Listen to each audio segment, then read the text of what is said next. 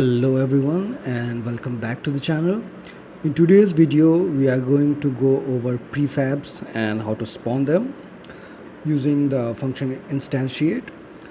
A prefab is a game object whose components persist across levels, scenes, etc. So let's break that down.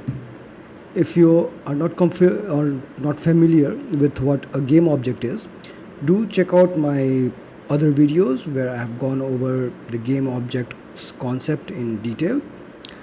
Now coming back to prefabs. Prefabs are game objects whose values in rotation, position, transformation scripts are always attached to it and can be used across scenes or level. What do I mean by that? This is a sample scene. If you create an object here and then create a new scene, you will not have the object that you just created. In order to use objects across scenes and levels, you need to convert it into a prefab. How do you do that? First of all, let's go ahead and create a game object, which is a cube, and let's create a folder called prefabs.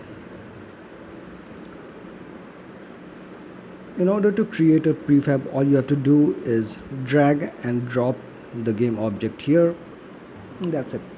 This is now a prefab. Right now in this scene we already have a cube. Let's go ahead and delete that. Now it's empty. What we want to do is spawn a cube when the game is first run. Alright, so for that we will need a script. So go ahead and create a folder for scripts and create a C# script. Let's call it spawn cubes and let's open it. This is the script. The script will need to know exactly which game object or prefab to spawn. So let's create that reference. Let's create a public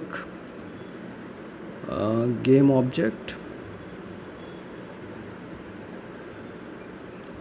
cube prefab. Now something interesting is going to happen in the cube. Let's go in the Unity. Let's go back. Take a look here. You have a cube prefab in the inspector. If you drag and drop your prefab to this,